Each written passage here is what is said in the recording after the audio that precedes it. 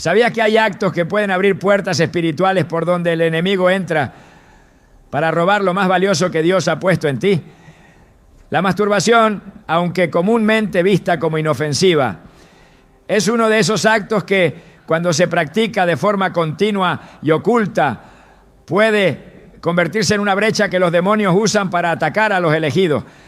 En Juan 10:10 Jesús advierte: el ladrón no viene sino para hurtar, matar y destruir.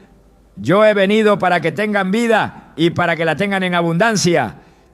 Esta declaración nos revela el propósito destructivo del enemigo y nos invita a examinar aquellas áreas donde podríamos estar entregando terreno sin saberlo. Hoy revelaremos 5 cosas específicas que los demonios intentan robar a los elegidos que caen en la masturbación. Te mostraremos cómo identificar esas pérdidas, su impacto espiritual y lo que puedes hacer para cerrarle la puerta al enemigo. ¿Estás listo para entender lo que Dios tiene reservado para ti? Desde el momento en que el ser humano se aleja del diseño divino y permite que deseos ocultos gobiernen su voluntad, algo comienza a apagarse en su interior. No es inmediato, no es ruidoso, pero es real. Es como una lámpara que lentamente va perdiendo aceite. Al principio, la llama sigue allí, aún brilla, pero con cada noche, con cada acto oculto, con cada pensamiento que se esconde tras la cortina del placer solitario, la llama titubea.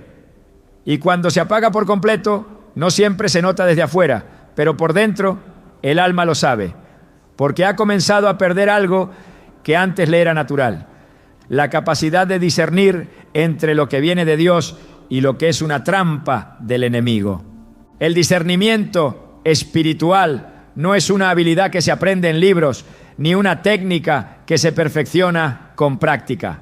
Es un regalo, un fruto de la intimidad constante con el Espíritu Santo, una consecuencia directa de caminar en luz y verdad. En Hebreos 5:14 leemos: pero el alimento sólido es para los que han alcanzado madurez, para los que por el uso tienen los sentidos ejercitados en el discernimiento del bien y del mal. Es decir, que quienes se alimentan de la palabra, quienes rechazan el mal y abrazan la obediencia, desarrollan una sensibilidad especial para reconocer la voluntad de Dios en cada decisión, pensamiento y circunstancia.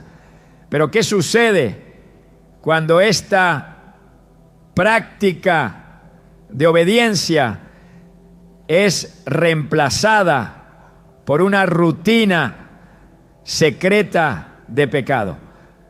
La masturbación, aunque el mundo la disfrace de necesidad natural o expresión inofensiva, actúa como un velo que oscurece el espíritu. En el momento del acto, el alma se desconecta de lo eterno y se enfoca en lo carnal. No hay comunión, no hay oración, no hay palabra, solo una distracción íntima que deja residuos en el alma. Esos residuos, aunque invisibles, se acumulan. Y el resultado no es solo culpa o remordimiento, es pérdida de sensibilidad espiritual. Ya no se siente la convicción como antes, ya no se escuchan las advertencias del Espíritu, ya no se discierne la diferencia entre lo que es una oportunidad enviada por Dios y lo que es un anzuelo disfrazado. Un joven que servía con pasión en su congregación confesó un día que llevaba años luchando con la masturbación. Por fuera era el ejemplo, siempre presente, siempre atento, siempre dispuesto, pero por dentro se sentía cada vez más frío. Leía la Biblia y no entendía. Oraba y no sentía nada. Tomaba decisiones y después se daba cuenta de que había sido guiado por su propio deseo, no por el Espíritu. Al mirar hacia atrás, reconoció que todo comenzó cuando dejó de confrontar ese pecado secreto. Es como si mi espíritu se hubiese anestesiado, dijo. Y tenía razón, porque el pecado repetido insensibiliza el alma. La Biblia lo llama tener una conciencia cauterizada. 1 Timoteo 4:2. Es decir, una mente que ya no reacciona a la verdad, que ya no distingue entre lo que edifica y lo que destruye.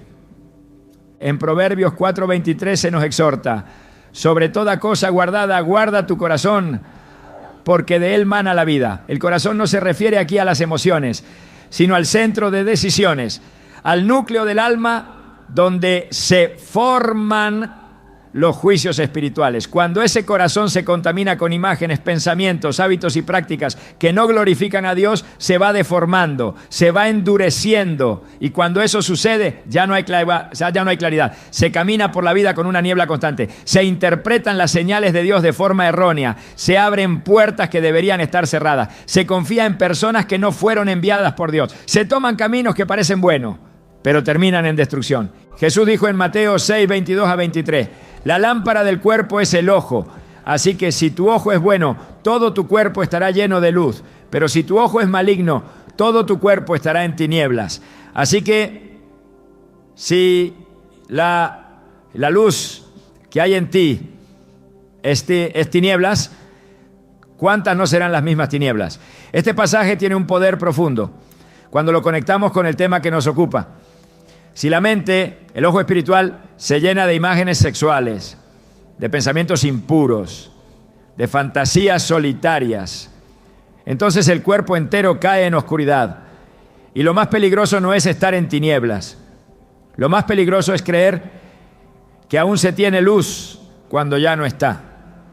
Es pensar que se escucha a Dios cuando en realidad se está siguiendo la voz del deseo. Es afirmar que se tiene paz cuando en realidad se está anestesiado por el pecado repetido.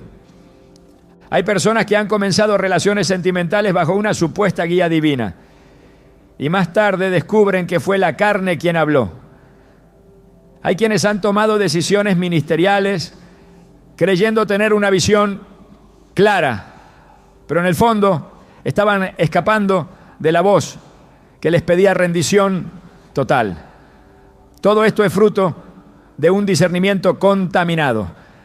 Y esa contaminación, en muchos casos, tiene su raíz en la impureza sexual no confesada.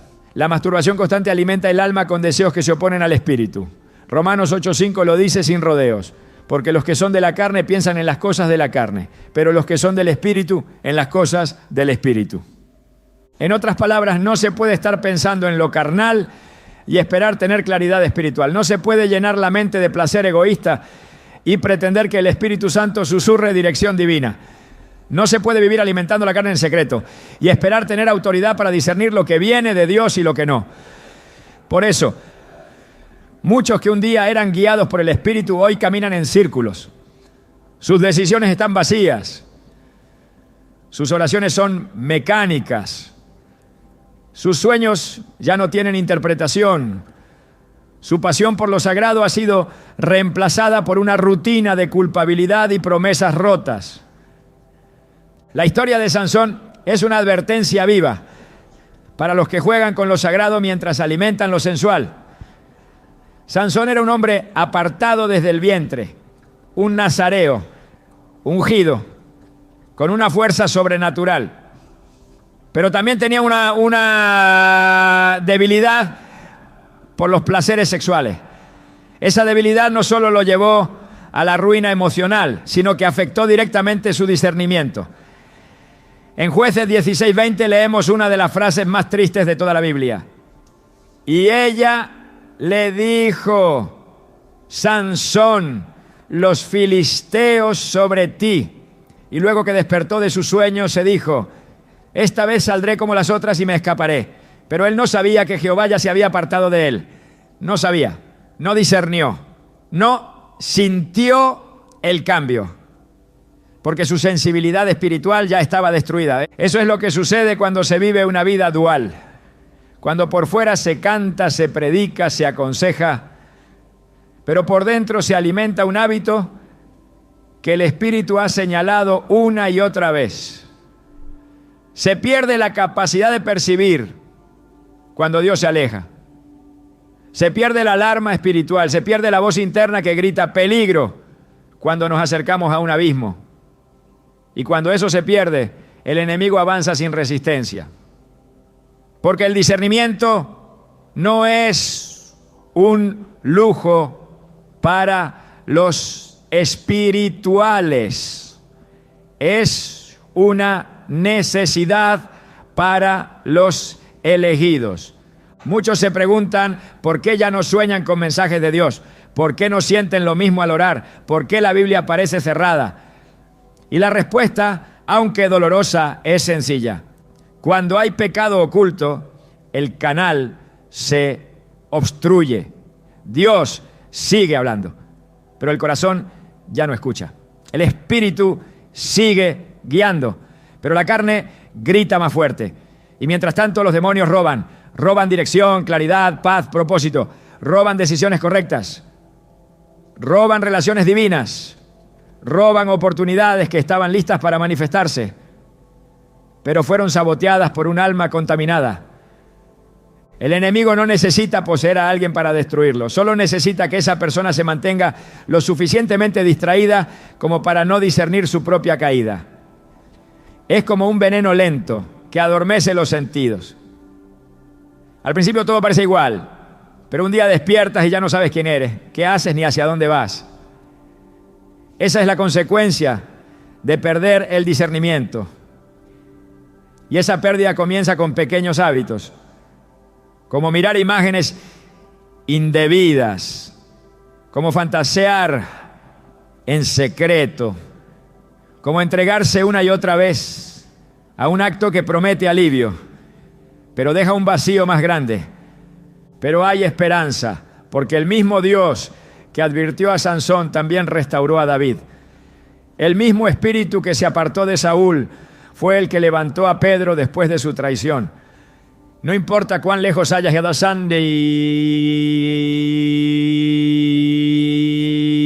y en ese hábito oculto. No importa cuán apagado sientas tu espíritu, si hoy decides abrir tu corazón, confesar tu pecado y cerrar esa puerta, el discernimiento puede volver, la claridad puede regresar. El oído espiritual puede ser afinado nuevamente. En Isaías 30:21 hay una promesa que todavía está vigente. Entonces tus oídos oirán a tus espaldas palabra que diga: este es el camino, andad por él, y no echéis a la mano derecha, ni tampoco torzáis a la mano izquierda. Esa voz puede volver a hablarte. Esa guía puede regresar, pero requiere decisión, no una emoción pasajera, sino una renuncia radical, porque no puedes seguir alimentando el alma con basura y esperar recibir revelación celestial. Dios no se ha cansado de ti, pero sí está esperando que te canses tú de ese ciclo de silencio espiritual.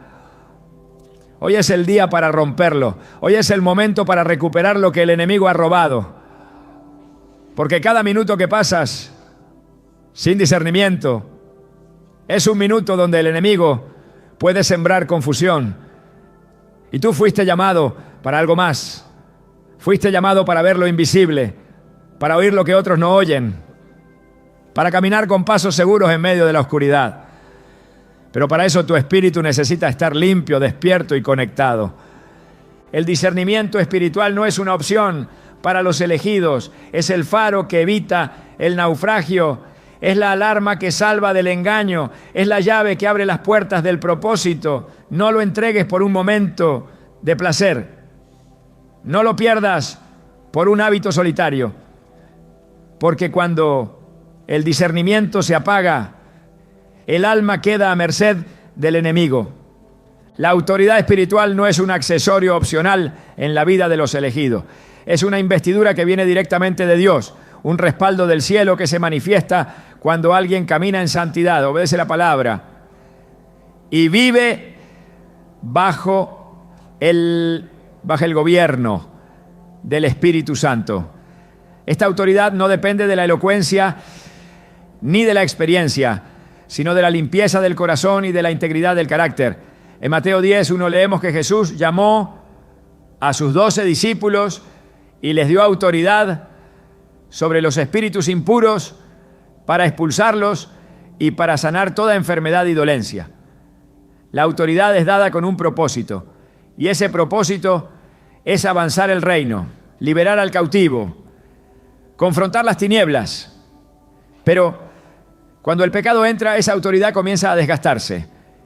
Y entre los pecados más sutiles y más destructivos está la masturbación. Lo que parece un acto íntimo, privado e inofensivo es en realidad una renuncia progresiva al poder que Dios ha depositado en sus escogidos. No porque Dios lo retire de inmediato, sino porque el propio corazón deja de tener la firmeza para ejercerlo. La conciencia ya no está limpia, la voz ya no tiene peso, la oración ya no carga fuego. El enemigo lo sabe y por eso ha diseñado toda una estructura de tentación para mantener a los elegidos atrapados en un ciclo silencioso de impureza, vergüenza y repetición. Cuando un creyente que ha sido apartado por Dios se entrega constantemente a este acto, pierde confianza delante del trono. Hebreos 4:16 nos exhorta: acerquémonos pues confiadamente al trono de la gracia para alcanzar misericordia y hallar gracia para el oportuno socorro. Pero esa confianza se erosiona con cada caída no confrontada. En lugar de acercarse con fe, se acerca con culpa. En lugar de orar con autoridad, ora con miedo. La voz del enemigo se intensifica y le recuerda constantemente su condición. ¿Quién eres tú para orar por otros si no puedes contigo mismo? Esa acusación, aunque venga del infierno, se vuelve efectiva porque encuentra terreno fértil en un corazón dividido. Y mientras tanto, la autoridad se desvanece. En el mundo espiritual, la autoridad no se sostiene con apariencia, sino con santidad. No se proyecta desde el talento, sino desde la obediencia. Un espíritu contaminado no tiene peso ante las tinieblas. Y el enemigo reconoce esto. En Hechos 19, 15 a 16, los hijos de Seba intentaron usar el nombre de Jesús sin vivir bajo su señorío. Y el espíritu malo les respondió: a Jesús conozco y sé quién es Pablo, pero vosotros, ¿quiénes sois? Luego el hombre endemoniado los atacó y los dejó heridos. Este pasaje revela una verdad ineludible. El mundo espiritual responde a la identidad y la autoridad, no a las palabras vacías. Y esa autoridad no puede coexistir con una vida doble. La masturbación, cuando se convierte en hábito, quiebra el testimonio interno, contamina la conciencia y debilita el manto de autoridad que Dios ha puesto sobre sus siervos. Cada vez que se cede ante ese impulso, no solo se peca contra el cuerpo, como lo advierte 1 Corintios 6, 18, sino que se le cede al enemigo un espacio más dentro del territorio espiritual que Dios había asignado al creyente. El enemigo no necesita arrebatarlo todo de una vez, le basta con dividir el corazón y lo hace poco a poco. Lo que antes era una oración con fuego se convierte en un susurro tibio. Lo que antes era una convicción firme se vuelve una duda constante y la persona comienza a retirarse. No lo hace públicamente, pero sí en lo profundo. Ya no ora por otros con la misma fe. Ya no reprende al enemigo con la misma autoridad. Ya no intercede con la misma pasión, porque algo dentro se ha quebrado. La palabra de Dios establece que somos embajadores de Cristo, 2 Corintios 5:20, representantes de su reino en la tierra. Y un embajador no puede representar con eficacia a un reino que ya no gobierna su corazón. Cuando el enemigo logra introducir este tipo de pecado secreto, el creyente ya no representa el reino con integridad, sino con hipocresía. Y esa hipocresía, aunque no sea evidente ante los ojos de los hombres, es claramente visible en el mundo espiritual. Por eso muchos oran y no ven resultados, predican y no hay transformación, reprenden y no hay reacción, porque el respaldo que viene del cielo solo permanece sobre aquellos que caminan en verdad. Y la masturbación habitual descalifica espiritualmente, porque es una forma de rendirse al deseo personal antes que al dominio del espíritu. En Romanos 13:14 se nos ordena: vestíos del Señor Jesucristo y no proveáis para los deseos de la carne, No se trata de luchar con las fuerzas humanas, sino de vivir bajo la cobertura de Cristo, lo que implica renunciar a todo lo que alimenta la carne. Cuando esa cobertura se debilita, la autoridad desaparece. No porque Dios haya cambiado, sino porque el hombre ha bajado la guardia, y cuando no se ejerce la autoridad, el terreno ganado comienza a perderse. Lo que antes se había conquistado en oración se vuelve a perder por negligencia espiritual. La masturbación crea una división interna que impide al creyente ejercer dominio sobre su entorno espiritual. En Santiago 1:8 se nos dice que el hombre de doble ánimo es inconstante en todos sus caminos. Esa inconstancia no se limita a lo emocional, sino que tiene un efecto directo sobre la autoridad. Porque donde hay doblez no hay firmeza. Donde hay duplicidad no hay alineación con el Espíritu. Y sin esa alineación las palabras se vacían, las oraciones pierden efectividad y las decisiones espirituales carecen de dirección. La autoridad espiritual solo puede ejercerse desde un lugar de integridad. No es una cuestión de fuerza, sino de posición delante de Dios. Cuando el enemigo ve que alguien ha comprometido esa posición a través del pecado repetido, lo ataca con mayor intensidad. Porque sabe que ya no hay cobertura sólida, ya no hay escudo, ya no hay respaldo. Esa persona se convierte en blanco fácil. Y lo más peligroso no es el ataque, sino la incapacidad para resistirlo. Porque cuando se ha perdido la autoridad, el creyente se encuentra desarmado en medio de una batalla espiritual que nunca se detiene. Por eso es tan urgente restaurar esa autoridad, no con palabras, sino con un arrepentimiento profundo y una decisión radical de cortar toda práctica que contamine el cuerpo y el espíritu. 2 Corintios 7:1 nos exhorta: purifiquémonos de toda contaminación de carne y de espíritu, perfeccionando la santidad en el temor de Dios. La pureza no es una meta idealista, es una condición necesaria para ejercer autoridad. Sin pureza no hay fuego, sin santidad no hay poder, sin integridad no hay respaldo del cielo. Y donde no hay respaldo, no hay victoria. La masturbación, aunque se realice en secreto, grita en el mundo espiritual. Es una señal de acceso para los demonios, una rendición del territorio interno, una cesión voluntaria del trono del alma. Y una vez que ese trono es tomado por el deseo, la voz profética se apaga. La oración se enfría, la autoridad se disuelve, no de un día para otro, sino lentamente, como la sal que pierde su sabor, como el metal que se oxida, como el guerrero que deja su espada y no se da cuenta de que ya no la puede levantar. Jesús no entregó autoridad a discípulos perfectos, pero sí a discípulos rendidos. Pero cuando el corazón se divide, ya no hay rendición. Hay resistencia, hay excusas, hay justificaciones. Y esas justificaciones abren la puerta a la tolerancia del pecado. Esa tolerancia, a su vez, anula la efectividad espiritual. Porque el enemigo no necesita que niegues a Dios, le basta con que toleres aquello que Dios aborrece. Y entre esas cosas, el uso impuro del cuerpo que fue creado para glorificarle ocupa un lugar central. Primera carta a los Corintios 6:19-20 declara: ¿O ignoráis que vuestro cuerpo es templo del Espíritu Santo, el cual está en vosotros? No sois vuestros, porque habéis sido comprados por precio. Glorificad, pues, a Dios en vuestro cuerpo.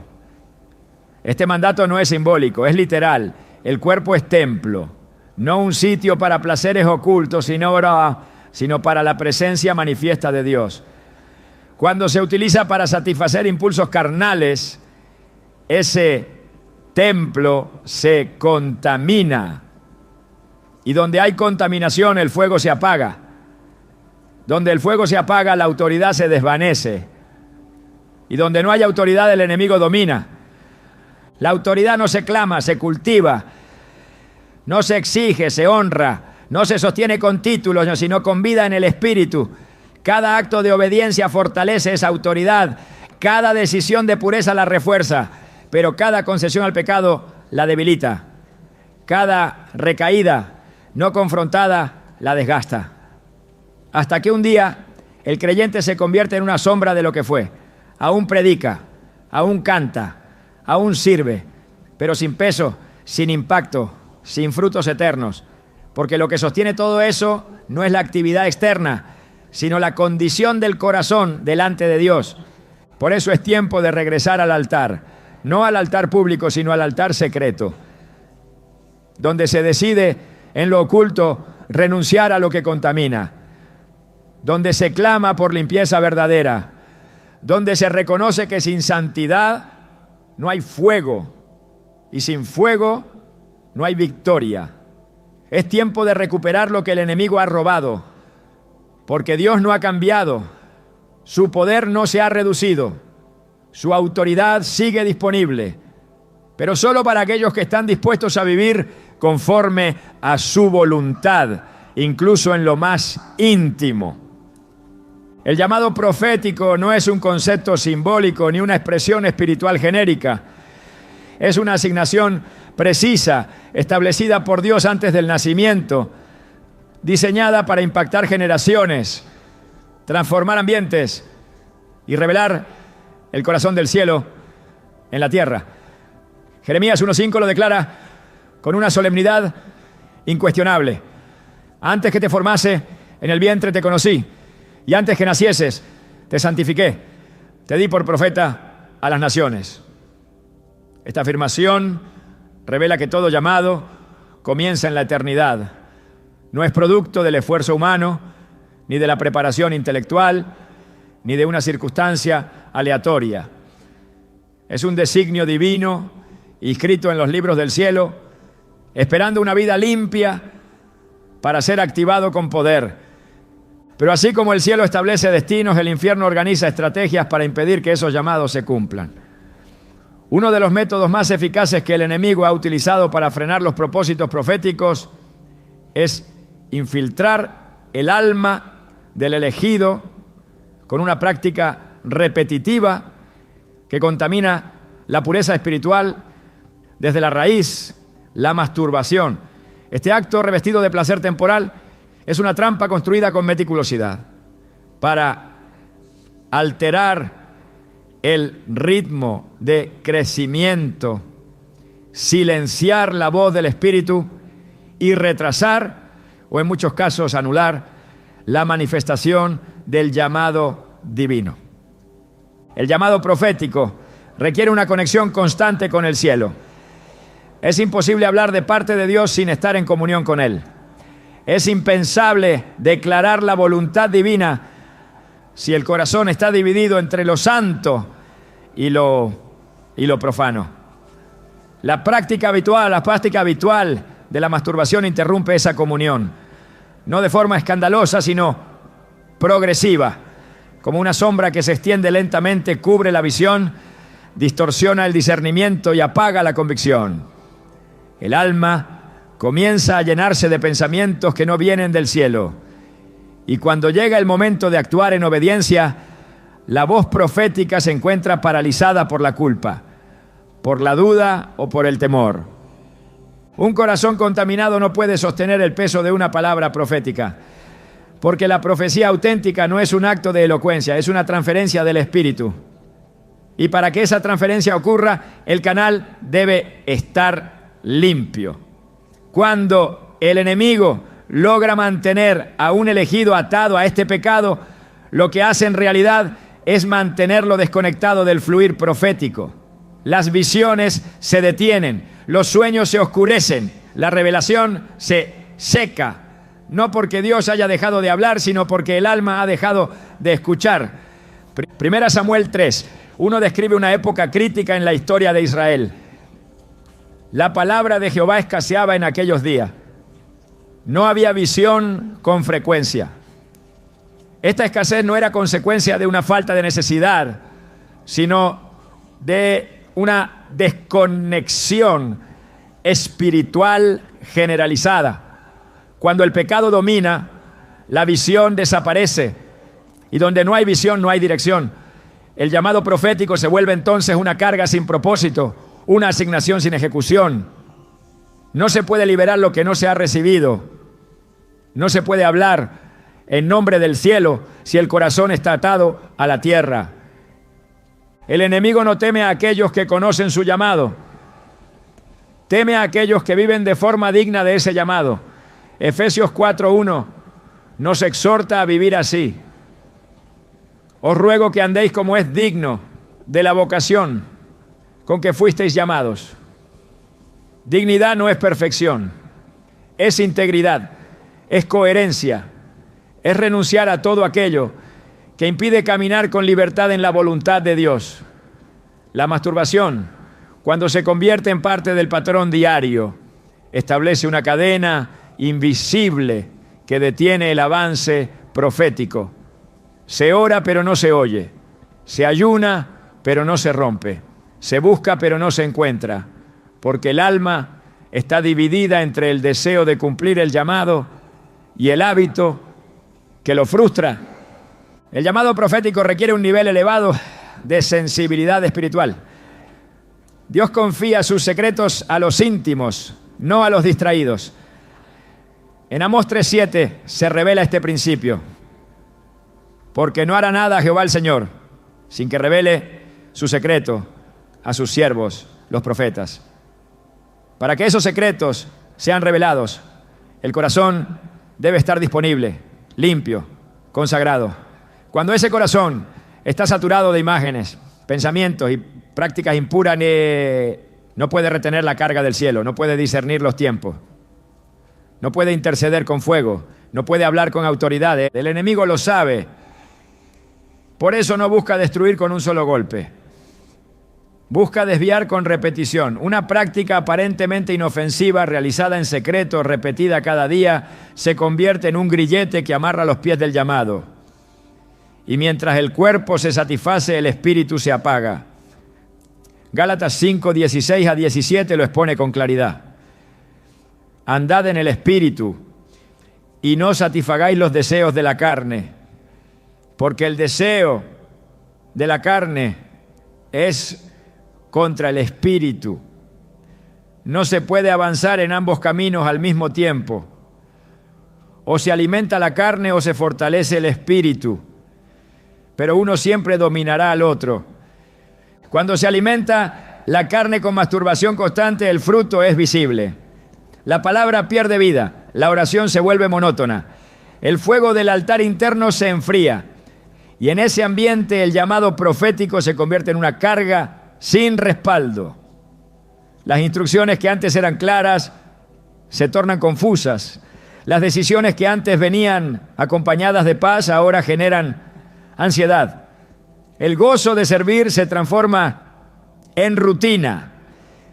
Y lo que Dios diseñó como una vida de impacto eterno se reduce a un ciclo de luchas internas sin avance. Isaías 6 relata el momento en que el profeta recibe su comisión. Antes de ser enviado, tuvo que experimentar una limpieza profunda. En el versículo 5, Isaías exclama: ¡ay de mí, que soy muerto! Porque siendo hombre inmundo de labios, han visto mis ojos al Rey. Y en el versículo 7, uno de los serafines toca sus labios con un carbón encendido y declara: he aquí que esto tocó tus labios y es quitada tu culpa y limpio tu pecado. Solo después de esa purificación pudo escuchar la voz que decía: ¿a quién enviaré? Y responder con certeza: heme aquí, envíame a mí. Este patrón se repite en cada vida que ha sido llamada a aportar una voz profética. Primero la limpieza, luego la comisión. El problema no es tener debilidades, el problema es no confrontarlas. La masturbación habitual no es simplemente una caída ocasional, es una señal de que hay una rendición interna a un deseo que no proviene de Dios.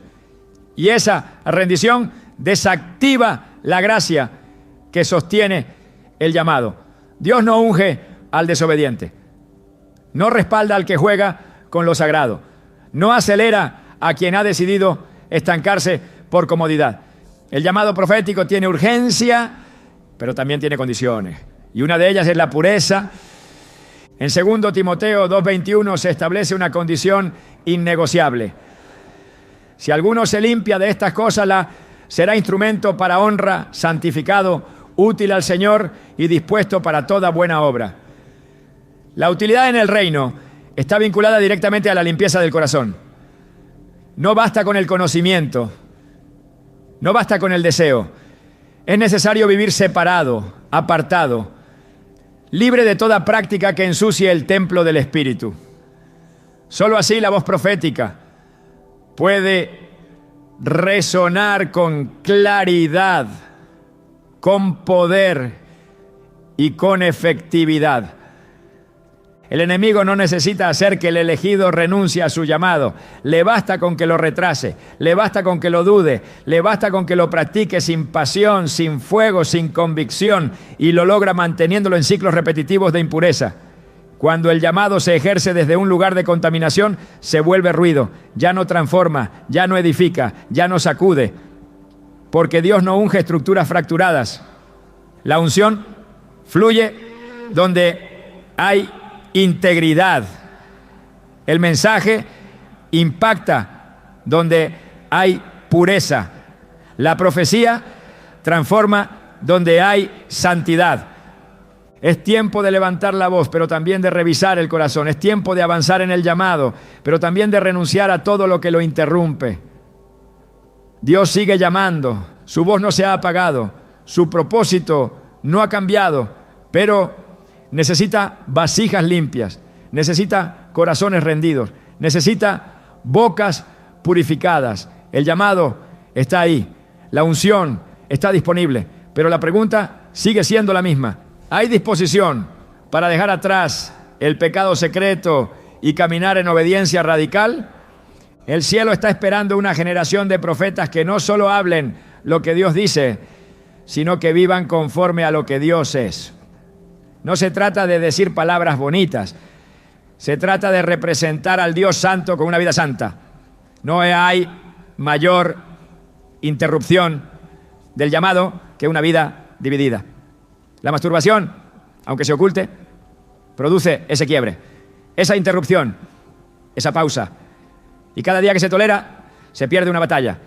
Pero cada día que se vence, se recupera terreno.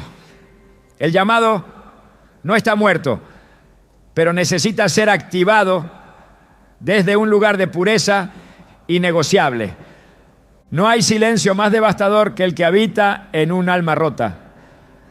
La fragmentación del alma no ocurre de manera abrupta ni visible, pero sus efectos son duraderos, penetrantes, silenciosos. Es una ruptura interna que no sangra por fuera, pero que grita por dentro. Y lo más peligroso de esta ruptura es que muchos no la reconocen. Continúan caminando, orando, sirviendo, pero lo hacen desde pedazos, desde un corazón dividido, desde una mente cargada de imágenes, desde emociones sin restaurar. La masturbación no solo afecta a lo físico ni únicamente lo espiritual, su alcance es más profundo. Penetra el alma, divide su estructura y deja al elegido funcionando por inercia, pero sin plenitud. La Biblia enseña en Hebreos 4:12 que la palabra de Dios es viva y eficaz y más cortante que toda espada de dos filos. Penetra hasta partir el alma y el espíritu, las coyunturas y los tuétanos, y discierne los pensamientos y las intenciones del corazón. Este versículo revela que el alma y el espíritu, aunque interconectados, son dimensiones distintas del ser humano y que el alma puede ser afectada en su esencia más profunda.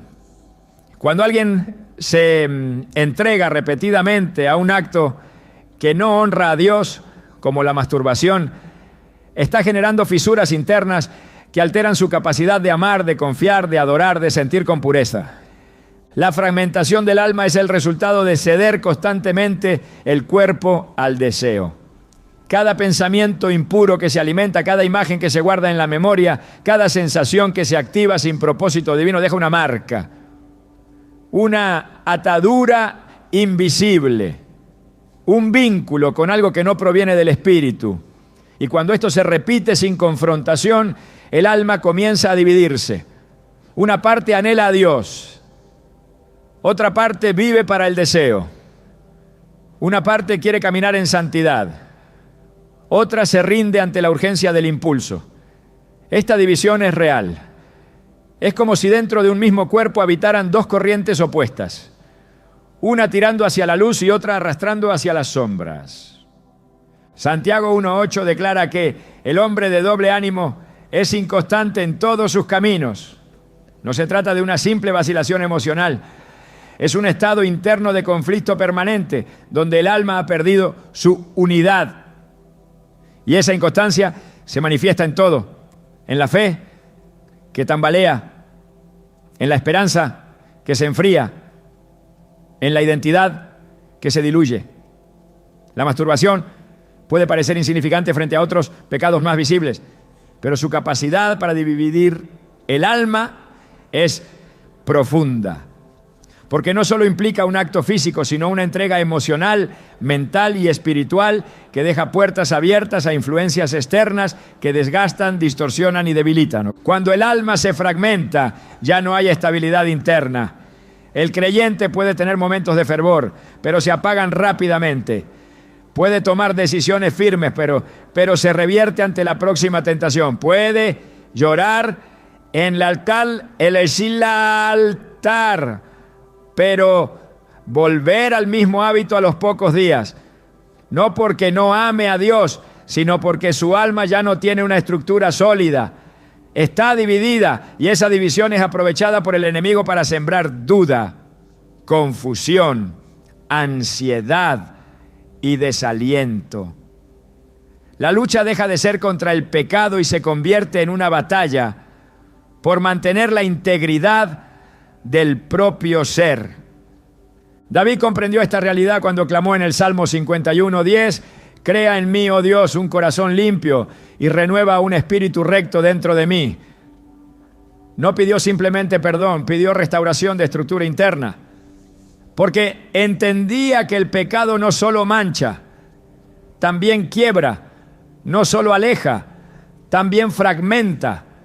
Y la única forma de restaurar lo que se ha roto es a través de una intervención divina que no se limite a sanar, sino que reconstruya. Porque cuando el alma se fragmenta, se vuelve incapaz de sostener la presencia de Dios de manera estable. Recibe, pero no retiene. Se llena, pero se vacía rápido. Y así se vive, con hambre constante, con vacío recurrente, con frustración espiritual continua. La masturbación tiene un componente invisible que muchas veces se pasa por alto. La conexión espiritual que se establece con los objetos de deseo. Cada imagen, cada pensamiento, cada fantasía crea un lazo. Un fragmento del alma se une a esa experiencia y cuando se repite, ese lazo se fortalece. Esto no es misticismo, es realidad espiritual. En 1 Corintios 6:16, Pablo advierte: ¿no sabéis que el que se une con una ramera es un cuerpo con ella? Porque dice, los dos serán una sola carne. Aunque se refiere a la unión física, el principio aplica también al alma. Toda unión ilícita deja una marca. Una parte del alma queda ligada, contaminada, dividida.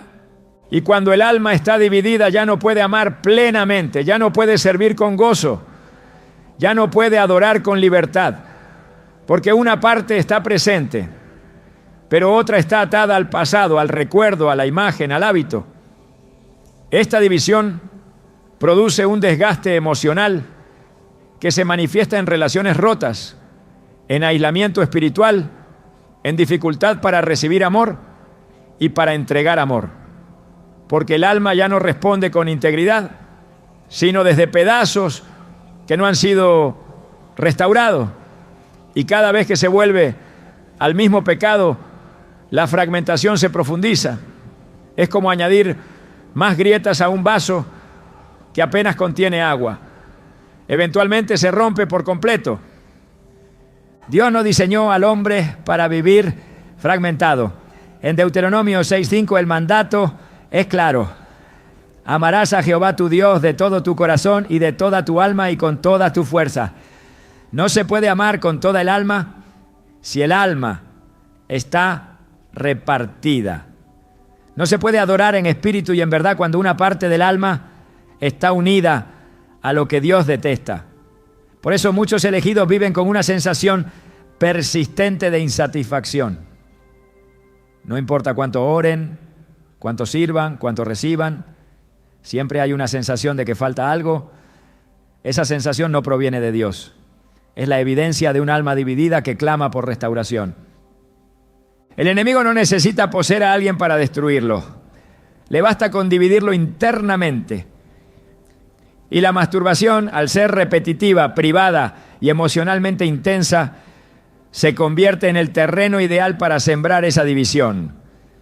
Una mente saturada de pensamientos impuros es un alma incapacitada para recibir instrucciones claras de parte de Dios. Una voluntad debilitada por la compulsión es un alma inestable.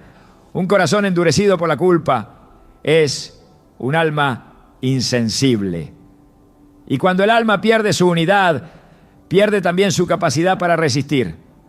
Las tentaciones se vuelven más fuertes, la voz de Dios más distante, la vida espiritual más superficial. No se puede edificar nada duradero sobre una base quebrada. Jesús habló de esto en Mateo 7, 26 a 27 cuando comparó al insensato que edifica sobre la arena. Cuando vienen los vientos, cuando golpean las lluvias, la casa cae porque no tiene fundamento firme. La arena representa la inestabilidad, la fragmentación, la falta de cohesión interna. Una vida construida sobre un alma dividida inevitablemente colapsará cuando llegue la prueba. Porque no hay unidad espiritual, no hay consistencia emocional, no hay claridad mental.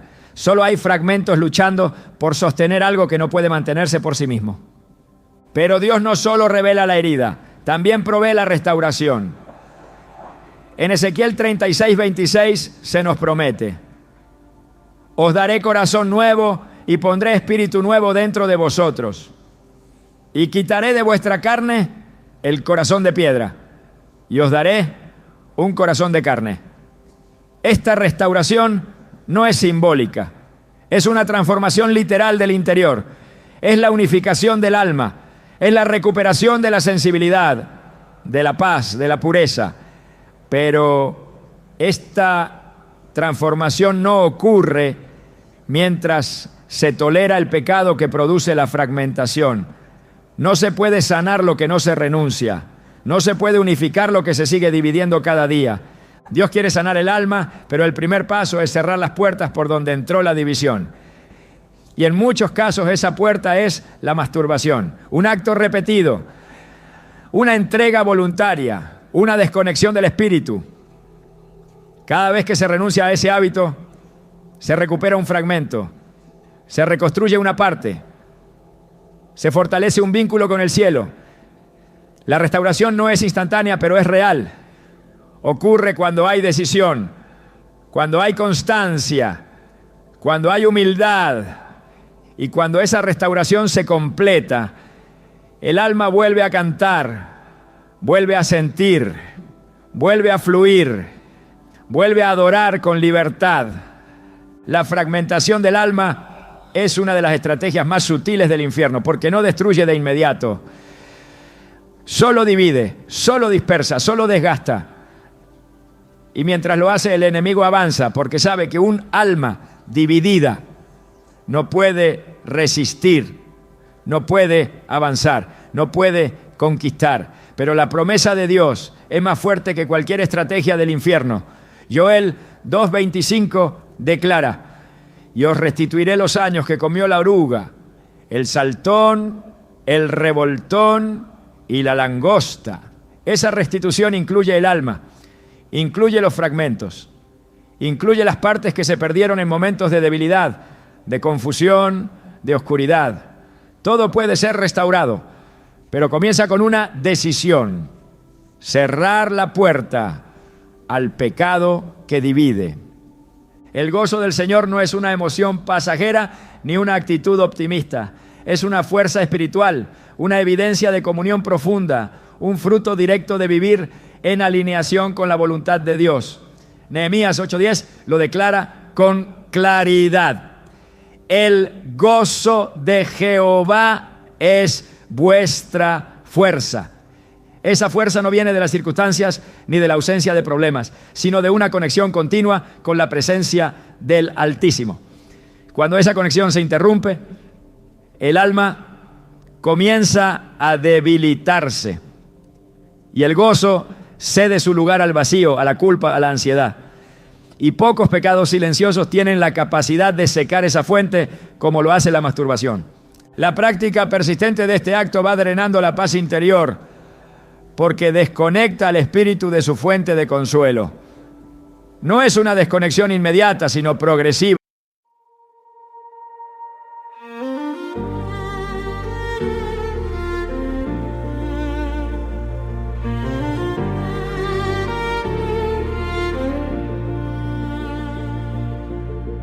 We stood beneath the streetlight, shadows dancing on the stone.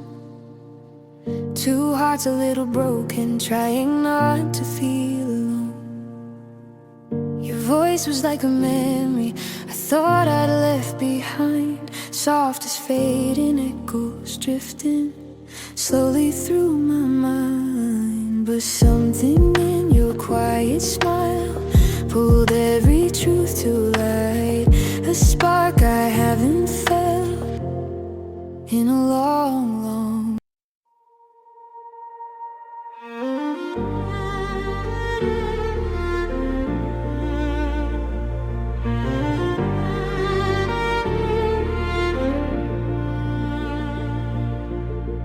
We stood beneath the streetlight, shadows dancing on the stone. Two hearts a little broken, trying not to feel alone. Your voice was like a memory I thought I'd left behind, soft as fading echoes drifting slowly through my mind. But something in your quiet smile pulled every truth to light, a spark I haven't felt in a long, long.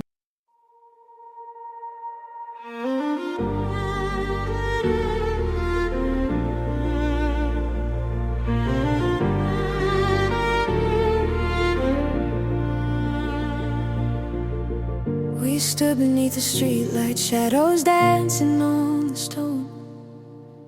Two hearts a little broken, trying not to feel alone. Your voice was like a memory I thought I'd left behind, soft as fading echoes drifting slowly through my mind. But something in your... Es como una brisa que al principio es casi imperceptible, pero que con el tiempo se convierte en un viento que arrastra toda certeza. El alma que antes encontraba deleite en la oración, ahora lucha por sostener un pensamiento sin distracciones. El corazón que antes reposaba en la palabra, ahora se agita con culpa y duda. El silencio que antes era espacio de revelación, ahora se transforma en un eco que devuelve inseguridad. La paz que sobrepasa todo entendimiento no se sostiene en un ambiente contaminado. Filipenses 4:7 afirma que esa paz guardará vuestros corazones y vuestros pensamientos en Cristo Jesús. Pero cuando los pensamientos están saturados de imágenes y deseos no confrontados, el corazón deja de ser guardado y la mente se convierte en campo de batalla. La paz se rompe y el enemigo toma ventaja, porque donde no hay paz, hay vulnerabilidad. Donde no hay gozo, hay espacio para la tristeza, para la apatía, para el desgaste emocional. Y el creyente, aún con buenas intenciones, comienza a perder el brillo, la fuerza, la pasión. El Espíritu Santo produce gozo. Gálatas 5:22 lo presenta como uno de los frutos esenciales de una vida guiada por Él. Pero ese fruto necesita terreno fértil. No se manifiesta en un alma dividida ni en una mente invadida por la impureza. El gozo no sobrevive en ambientes donde la conciencia está en guerra constante con la culpa, porque el alma no puede disfrutar de la presencia de Dios si está ocultando aquello que lo entristece. Efesios 4:30 nos advierte: y no contristéis al Espíritu Santo de Dios. La tristeza del Espíritu se manifiesta como ausencia de gozo, como pérdida de sensibilidad, como apagamiento progresivo de la vida interior. El enemigo entiende que un creyente sin gozo es un creyente sin fuerza. Sin paz, las decisiones se vuelven erráticas. Sin gozo, el servicio se convierte en obligación. Sin paz, la adoración pierde profundidad. Sin gozo, la fe comienza a tambalear. Por eso el ataque a través de la masturbación no solo busca contaminar el cuerpo, sino debilitar el alma. Robar el gozo que da fuerza, romper la paz que da dirección. Y lo hace en silencio, sin estridencias, sin anuncios, pero con efectividad. David, después de su pecado, clamó en el Salmo 51:12 con una petición que revela la profundidad de su herida espiritual. Vuélveme el gozo de tu salvación. No pidió riquezas, ni posición, ni protección. Pidió recuperar lo que su pecado le había quitado, el gozo. Porque entendía que sin ese gozo no podía continuar. No se puede caminar en victoria cuando el corazón está amordazado por la culpa. No se puede disfrutar de la gracia cuando el alma se siente separada. El gozo y la paz no son añadidos. Son indicadores de salud espiritual. Su ausencia es una señal de alerta que no debe ser ignorada. Una vida cristiana sin gozo no es vida, es religión.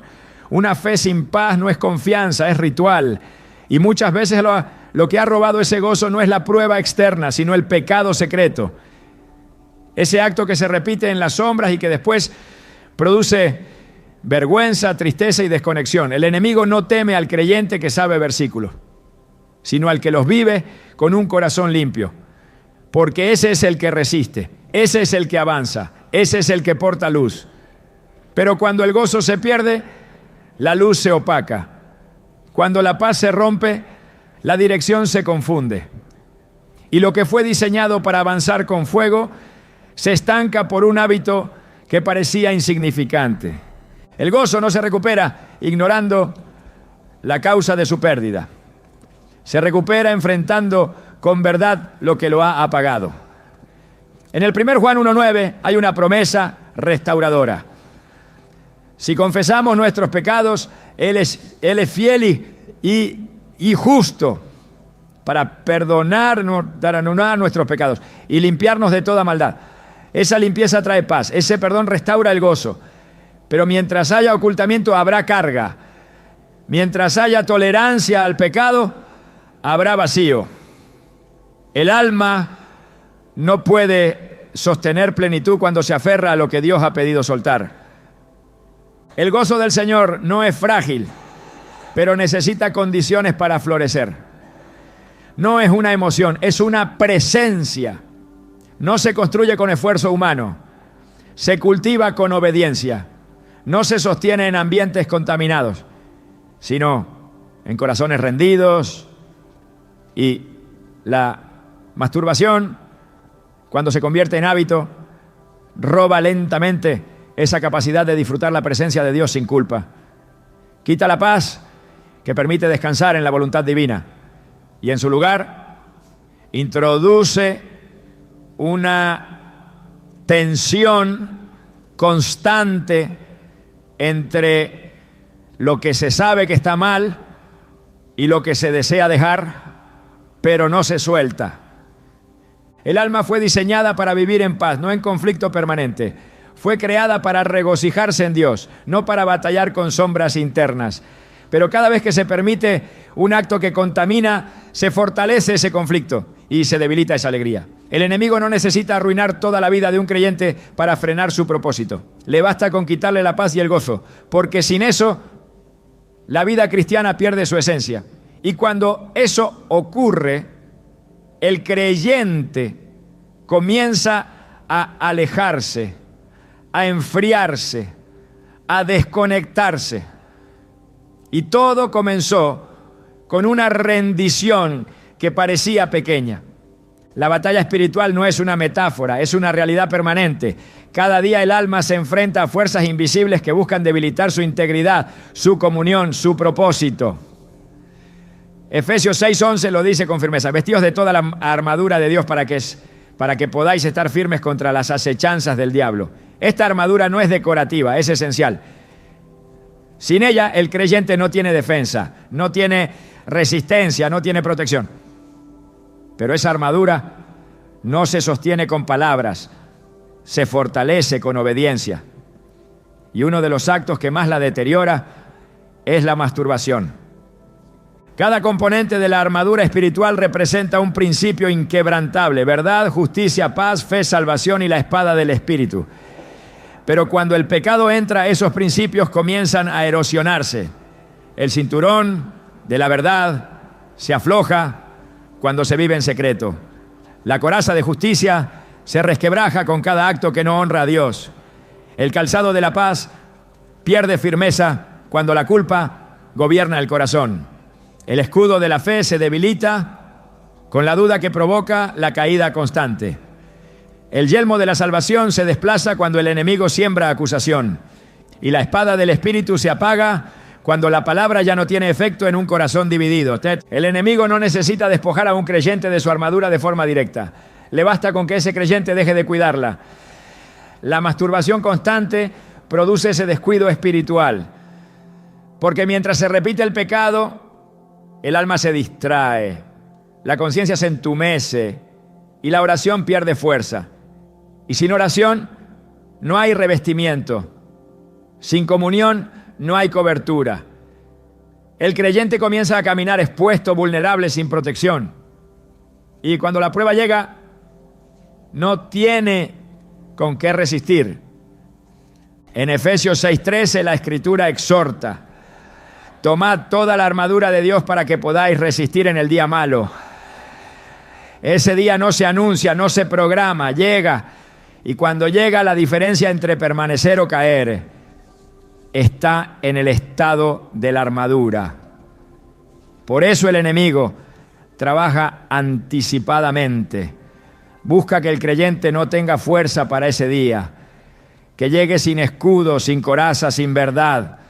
Y lo logra sembrando hábitos ocultos que consumen el espíritu desde dentro. Lo logra haciendo creer que no pasa nada, que es algo personal, que no afecta a nadie más. Pero lo que está en juego no es solo la pureza, es la defensa espiritual, es la capacidad de resistir. La armadura espiritual no es un regalo automático, es un compromiso diario. Se limpia con verdad, se pule con oración, se fortalece con decisión y se pierde con descuido. La masturbación no es simplemente una falta de dominio, es una grieta en el escudo, un agujero en la coraza, una fisura en el yelmo. Y mientras se permite que esa grieta crezca, el enemigo encuentra el acceso. Porque la armadura no solo protege del ataque, también impone respeto en el mundo espiritual. Cuando está intacta, el infierno retrocede, pero cuando está rota, los demonios avanzan. Por eso es urgente restaurarla, urgente volver a tomar cada pieza con firmeza, volver a caminar en verdad, vivir en justicia, habitar en paz, sostener la fe, afirmar la salvación y empuñar la palabra. No se trata de un acto simbólico, sino de una condición real del alma. La armadura no es visible, pero su efecto es tangible y su pérdida es letal, porque sin ella no hay batalla que se pueda ganar. Cuando el enemigo roba, no lo hace de manera inmediata, Lo hace lentamente, con estrategia, con persistencia. Su intención no es simplemente arrebatar una bendición temporal, sino neutralizar una identidad eterna. El ataque no es contra un hábito, es contra un destino. La masturbación no es solo una puerta abierta, es un terreno cedido que el infierno usa para callar la voz de los elegidos, desactivar su propósito y romper su comunión con el cielo. Pero lo más peligroso no es lo que se ha perdido, sino lo que aún está en riesgo si no se levanta una decisión radical. Dios no llama a personas perfectas, llama a corazones dispuestos. Pero cuando ese corazón se entrega al silencio, a la repetición, al engaño del placer momentáneo, comienza a apagarse la llama de la sensibilidad espiritual. Y esa llama es la que distingue a los escogidos, no solo por lo que hacen, sino por lo que portan. La unción no reposa en quienes aparentan victoria, sino en quienes deciden pelear su guerra secreta con convicción, sin excusas, sin tregua. El enemigo quiere que el pecado se vuelva identidad, que el fracaso se vuelva normal, que el ciclo nunca se confronte, porque mientras el pecado se repite, el creyente se acostumbra. Y una vez que se acostumbra, deja de luchar. Pero Dios no está buscando conformidad, está llamando a guerreros. No necesita habilidad, necesita entrega. No busca perfección, busca rendición. Porque la rendición es lo que abre el cielo, es lo que restaura la comunión, es lo que revive el fuego. El camino de regreso no comienza con acciones externas, comienza en lo secreto, en ese momento donde el alma se quebranta, donde la verdad ya no se oculta, donde se le entrega a Dios no solo el pecado, sino el lugar que ese pecado ocupaba. Solo entonces comienza la verdadera restauración. No la que cambia el comportamiento, sino la que transforma el corazón. Porque Dios no busca reformas temporales, busca un altar permanente. Un lugar donde pueda habitar, no solo visitar. Hay esperanza, pero no en la repetición. Hay poder, pero no en la evasión. Hay libertad, pero no en la negación. La libertad viene cuando se expone la oscuridad a la luz, cuando se elige obedecer, incluso cuando duele, cuando se deja morir lo que ha estado matando en silencio. Y aunque el proceso no sea fácil, la recompensa es mayor que cualquier placer que el enemigo haya ofrecido. Hoy es el día para levantar una nueva declaración, una que diga: no seré más esclavo de este hábito. No permitiré que los demonios sigan robando lo que Dios depositó en mí. No cederé más terreno, no entregaré más propósito. Hoy decido cerrar la puerta. Hoy renuncio al silencio. Hoy reclamo mi identidad, mi llamado, mi integridad. Porque cuando un elegido se levanta, el infierno tiembla. Y cuando el corazón se rinde, el cielo responde.